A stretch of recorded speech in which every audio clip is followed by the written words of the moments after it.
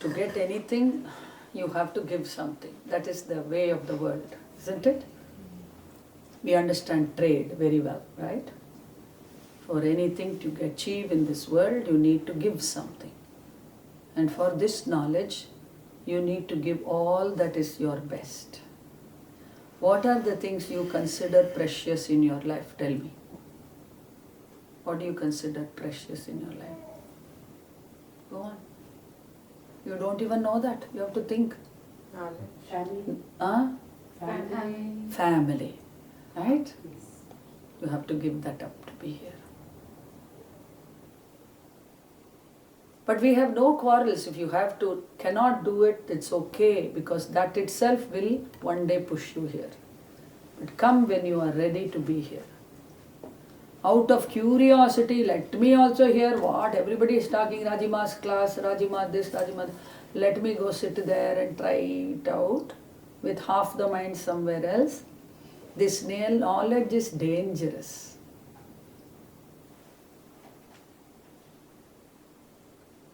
If you don't get it properly, we can very easily misuse it, abuse it.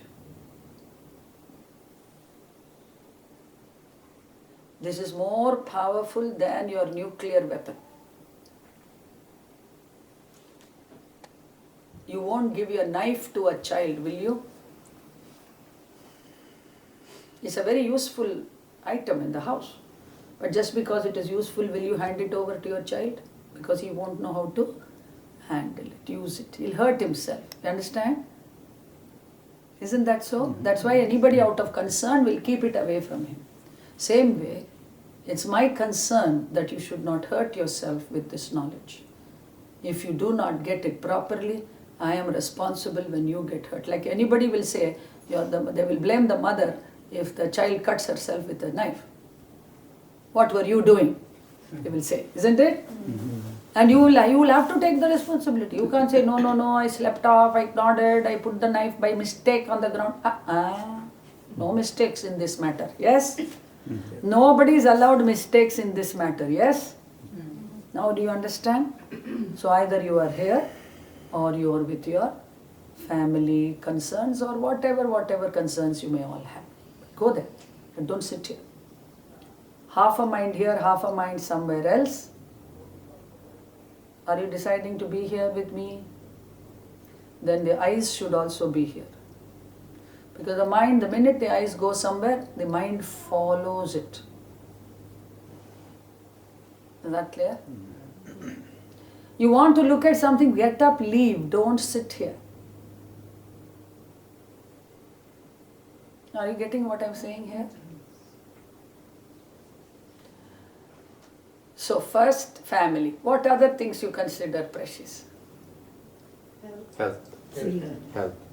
Health. Okay, I don't want your health here. I want your attention, healthful attention here. That's what you're going to put as ahuti in this jnana havan. This homa is jnana havan. So all your best has to be put into it. Is that clear? So first is family. Then you have said health. So keep your health for being here healthfully attentive. Yeah? Right? Not sleepily, dreamily, not like that. I want a healthy mind attending to this. Right? Next. What else do you consider? Time. Who said that? Yes. So I want your prime time here. Not all the leftover times. Yeah? Good. So tomorrow we'll have Gita class at 6 o'clock in the morning. In her house. Whose house? Shweta. Shweta's house. Where is Shweta? Oh, there she is. 6 o'clock in Shweta's house. Right? How many not ready for it? Good. You passed your test. Yeah, you have qualification test, na? Yes or no? Yes. For an ordinary IIT, PIT, you have had a qualifying exams. For this, should I not have a qualifying test? Because you are getting the knowledge of who you are, how to handle your life. The ultimate knowledge. which no IIT, no Harvard, no university can give. In fact, you get so muddled in your life because of all that.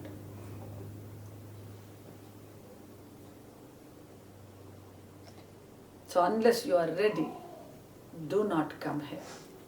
Continue with your confused lives. And one day you will come. You will ask, why am I doing so? Why am I here? Unless you have asked those questions, you are not ready to be here.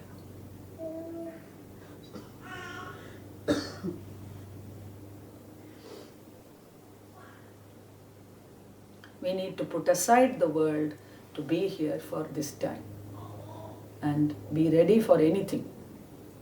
Are you all ready for anything? Yes. Very good. Is there anything else you consider precious? Because unless you put it in this ahuti, in the oven, to be burnt by the fire of knowledge, you are not ready to receive it. Is there anything else you hold precious? Knowledge itself. Now, finally, after you get, first you have to have it, no? You don't have it, that's why you are here. So you have to give me what you have and you consider precious. And yet, after you get it, we are going to take that also from you. Sarvadharman parityajya mamevam sharanam raja. That state will take you there. But first get it. Acquire it to give it. And to acquire that, you have to give up all other things which you are holding on to. Like the monkey which put its hand into the bottle of nuts. It grabbed the nuts. With the nuts, the fish would not come out. It had to release the nuts to take the hand out. And the hunter came and caught it.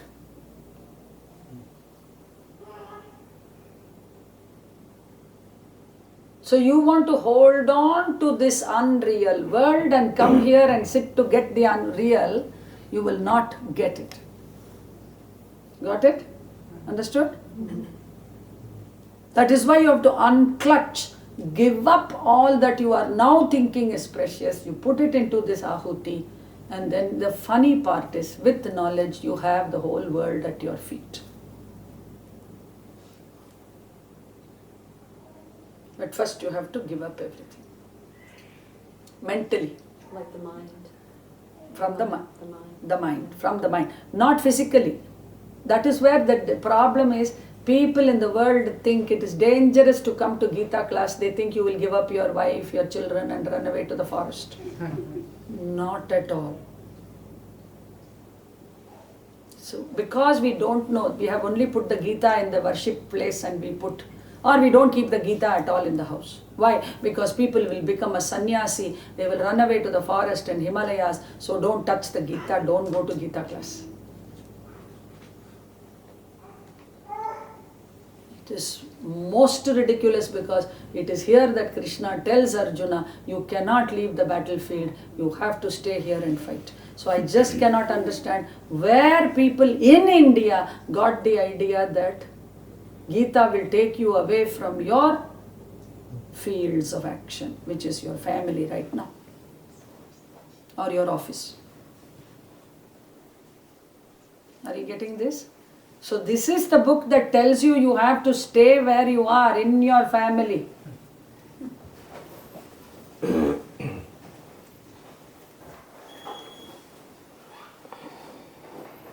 So we begin at the beginning. There is anybody here who does not know the framework on which this Gita begins? You also know, Linda, you told me. Very good. So where does this happen? In the battlefield, right? In the very field of action which Arjuna drew for himself.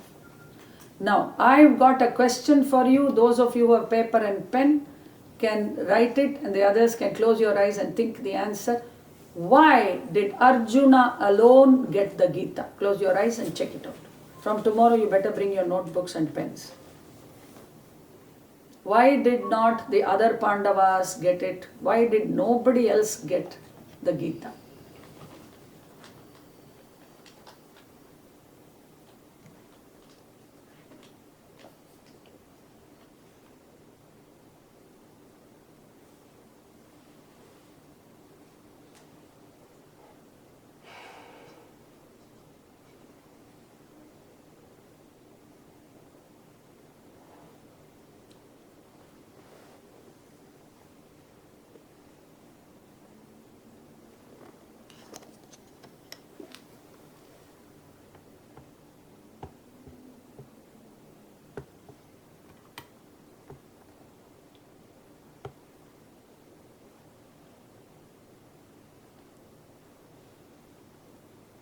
When you think you have an answer, you may open your eyes. You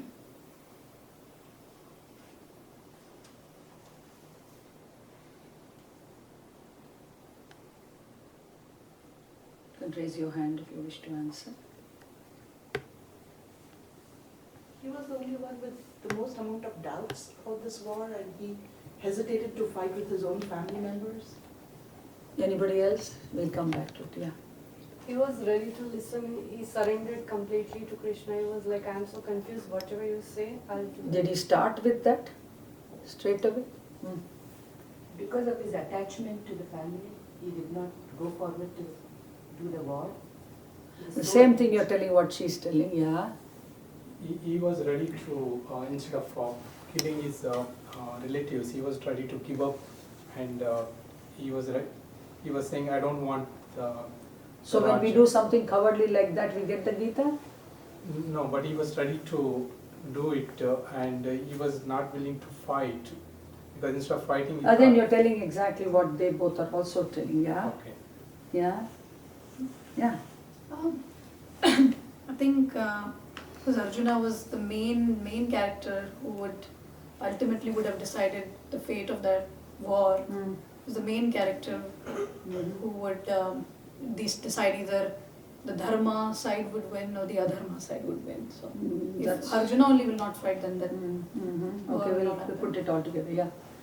I think Arjuna, among the 5 brothers, as far as this war is concerned, had a very strategical place to play some important functions like killing of Bhishma and so many other things. And Krishna, Lord Krishna was his charioteer, symbolically guiding him in the war. So he confessed to him, and Lord Krishna, when the help is asked, he gave what is his role, because he asked Krishna, please guide me, I don't know what to do. Did he come straight into the field and say, guide me, Krishna? No, when in the middle of the war, when he got perplexed with whom he is fighting and for Did what. he start the conversation saying, please help me, Krishna? No, when Krishna Did he asks ask? him to fight, then he gets You're perplexed. not answering my question. So straight away he just says, give me guidance, Krishna. He walks into the field and sees the thing and then says, give me guidance, Krishna. Does he say that? No. Yes, Linda. Arjuna was in conflict because he understood the true essence of who everyone was on the battlefield. All of the people he would be fighting were his brothers, his uncles. He didn't know the true essence. Not the He true did not essence. know the true essence, but yes, he had a conflict. So the first qualification for being an Arjuna, for being a person who deserves to hear the Gita was Vishada Yoga, conflict in the mind. And Guruji very beautifully says, those who are intelligent only get confused. And only confused people need the Gita. Intelligently confused people need the Gita. If you see Bhima, he had no conflict. He was very clear. I am going to kill all the 100. Full stop. Okay, his elder brother said, Vishnu, we should go to the forest for that number of years. Okay, I am willing to come with you. But when we come back, those are all mine, nobody touch them. I am going to kill them. He was so clear. Decision made. As far as Nakula, Sahadeva were concerned, they will go where the brother leads them. So Yudhishthira said jump, they'll jump. They said die, they'll die. They'll get married, they'll get married. They'll just follow the brother. Therefore no conflict, yes? There are characters in our lives like that, right? Who are willing to go with the leader. Whoever leads, they will go. The sheep and the goats, yes? That's also no conflict.